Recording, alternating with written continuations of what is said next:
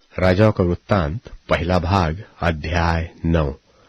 राजाओं का वृत्तांत पहला भाग अध्याय 9।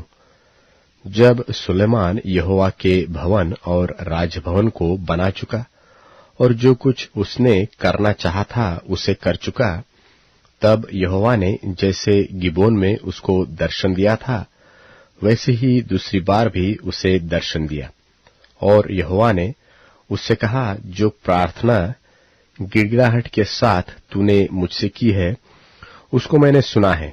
यह जो भवन तूने बनाया है उसमें मैंने अपना नाम सदा के लिए रखकर उसे पवित्र किया है, और मेरी आंखें और मेरा मन नित्य वही लगे रहेंगे। और यदि तू अपने पिता दाऊद की नाई मन की खराई और सिधाई से अपने को मेरे सामने जानकर चलता रहे और मेरी सब आज्ञाओं के अनुसार किया करे और मेरी विधियों और नियमों को मानता रहे, तो मैं तेरा राज्य इसराइल के ऊपर सदा के लिए स्थिर करूंगा, जैसे कि मैंने तेरे पिता दाऊद को वचन दिया था कि तेरे कुल में इसराइल की गद्दी पर विराजने वाले सदा बने रहेंगे। परंतु यदि तुम लोग व तुम्हारे वंश के लोग मेरे पीछे चलना छोड़ दे और मेरी उन आज्ञाओं और विधियों को जो मैंने तुमको दी है न माने और जाकर पराये देवताओं की उपासना करे और उन्हें दंडवत करने लगे, तो मैं इसराइल को इस देश में से जो मैंने उनको दिया है काट डालूंगा, और इस भवन को जो मैंने अपने नाम के लिए पवित्र किया है अपनी दृष्टि से उतार दूंगा, और सब देशों के लोगों में इसराइल की उपमा दी जाएगी और उसका दृष्टांत चलेगा। और यह भवन जो ऊंचे पर रहेगा, तो जो कोई इसके पास होकर चलेगा वह चकित होगा और ताली बजाएगा, और वे पूछेंगे कि यहोवा ने इस देश और इस भवन के साथ क्यों ऐसा किया है। तब लोग कहेंगे कि उन्होंने अपने परमेश्वर यहोवा को, जो उनके पुरखाओं को मिस्र देश से निकाल लाया था, तजकर पराये देवताओं को पकड़ लिया और उनको दंडवत की और उनकी उपासना की। इस कारण यहोवा ने यह सब विपत्ति उन पर डाल दी। सुलेमान को तो यहोवा के भवन और राजभवन दोनों के बनाने में 20 वर्ष लग गए। तब सुलेमान ने सोर के राजा हीराम को, जिससे उसके मनमाने देवदारू और सोनवर की लकड़ी और सोना दिया था, गलील देश के 20 नगर दिए। जब हीराम ने सोर से जाकर उन नगरों को देखा जो सुलेमान ने उसको दिए थे, तब वे उसको अच्छे न लगे। तब उसने कहा, हे मेरे भाई, ये नगर क्या तूने मुझे दिए हैं?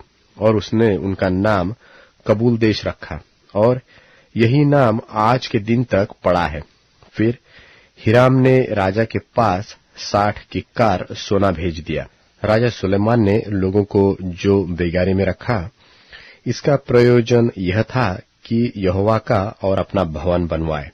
मिल्लो और यरूशलेम शहर की शहरपनाह और हासोर, मगिद्दो और गेजेर नगरों को दृढ़ करे। गेजेर पर तो मिस्र के राजा फिरौन ने चढ़ाई करके उसे ले लिया था और आग लगाकर फूंक दिया, और उस नगर में रहने वाले कनानियों को मार डालकर उसे अपनी बेटी सुलेमान की रानी का निज भाग करके दिया था। सो सुलेमान ने गेजेर और नीचे वाले बथोरेन, बालात और तामार को, जो जंगल में है, दृढ़ किया। ये तो देश में है।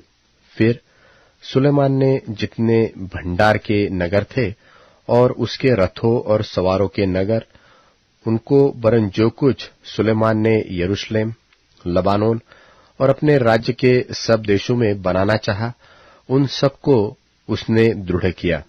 एमोरी, हित्ती, परिज्जी, हिव्वी और यबूसी जो रह गए थे, जो इसराइल में के न थे, उनके वंश जो उनके बाद देश में रह गए और उनको इसराइली सत्यानाश न कर सके, उनको तो सुलेमान ने दास करके बेगारे में रखा, और आज तक उनकी वही दशा है। परंतु इसराइलियों में से सुलेमान ने किसी को दास न बनाया, वे तो योद्धा और उसके कर्मचारी, उसके हकीम, उसके सरदार और उसके रथों और सवारों के प्रधान हुए। जो मुख्य हाकिम सुलेमान के कामों के ऊपर ठहर के काम करने वालों पर प्रभुता करते थे, वे 550 थे। जब फिरौन की बेटी दाऊदपुर में से अपने भवन को आई जो उसने उसके लिए बनवाया था, तब उसने मिल्लो को बनवाया और सुलेमान उस वेदी पर जो उसने यहोवा के लिए बनवाई थी, प्रतिवर्ष ये 3 बार होमबलि और मेलबलि चढ़ाया करता था और साथ ही उस वेदी पर जो यहोवा के सन्मुख थी धूप जलाया करता था। इस प्रकार उसने उस भवन को तैयार कर लिया। फिर राजा सुलेमान ने एस्योन गेबेर में, जो एदोम देश के लाल समुद्र के तीर एलोत के पास है, जहाज बनवाए और जहाजों में हिराम ने अपने अधिकार के मल्लाहों को, जो समुद्र से जानकारी रखते थे, सुलेमान के सेवकों के संग भेज दिया। उन्होंने ओपोर को जाकर वहां से 420 किक्कार सोना राजा सुलेमान को ला कर दिया।